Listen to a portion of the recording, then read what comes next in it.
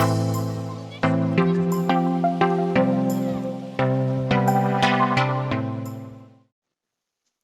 guys, welcome to my best books of June post.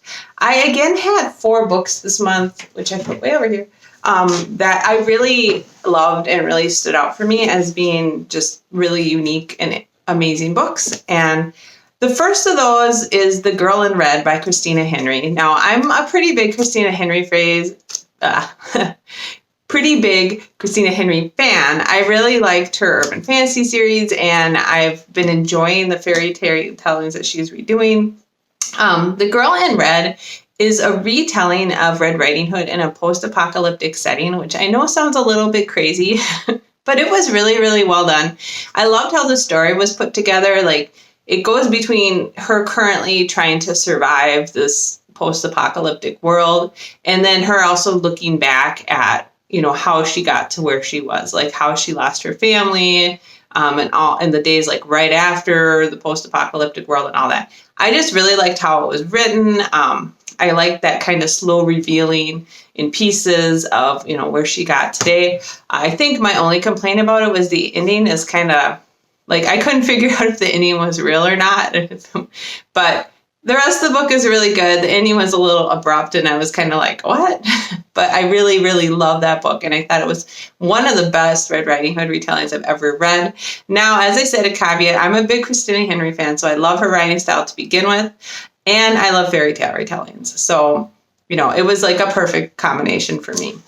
All right, the second one I read this in June that I really, really loved was The Golden Spider by Renwick. And I've talked about this in some of my Stacking the Shelves videos, but it's the first book in the Elemental Web Chronicles. And this is a steampunk series primarily, but it's one with like a very medical scientific bent to it. It's very interesting because Anne Renwick, I did actually go and read a little bit more about her. I believe she's a medical doctor, and so she's got a lot of background in medicine, and you can tell that in the writing. Like, it is fake science because it's a fantasy novel, but it kind of makes sense, and I like the way she details it and describes it. In addition to that, there's a lot of action. It's a great world, and there's some romance in there, and the chemistry between the two characters is really well done. So I really have been loving that series. So The Golden Spider was definitely a highlight for me. I was like in a bit of a book slump at one point in the month, and I read that, and I was like, oh, this is so great. So then the third book that I really, really loved this month kind of surprised me. I pulled it off of the Amazon Buying Like Leftovers book review list, and that is All of Us with Wings by Michelle Ruiz Keil. This one took me a really long time to get through, but it's about a 17-year-old girl who is serving as a governess for the daughter of 2 musicians, and they kind of live in this big house together with a whole bunch of other musicians. And the 17-year-old girl and the girl that she's the governess for, they accidentally summon this brother-sister pair from fairy that starts taking revenge on anyone that has hurt the 17-year-old girl in her past. Xochi, and I probably am saying that wrong. It's Xochi. Ochi, maybe. Or Chochi, I don't know how you say it. Depends if it's a Mexican pronunciation or what. Anyways, so, but the bulk of the book isn't necessarily about these 2 fae, like, taking revenge on everybody who's hurt her. It's more about Xochi trying to, like, grow up and, like, find a place for herself and be happy and deal with everything in her past. And I really, really loved it. It took, as I said, took me a long time to read, and it is a little bit of there's a lot of drug use in here, and, you know, some weird relationships between older men and younger women, and some abuse and stuff like that. So if any of those are like, you don't like that, you don't want to read about it, then don't get this book. But I thought it was really well done. And it reminded me a lot of like Elizabeth Hand's early books, like Blacklight and Waking the Moon and some of those. So just kind of an ambiguous paranormal fantasy book set in modern times. It's just real different. I loved it a lot. And it's one that you got to read slow, but I thought it was worth the time. And it really stood out as a really unique and awesome book for me. All right, I talked about that one way too long.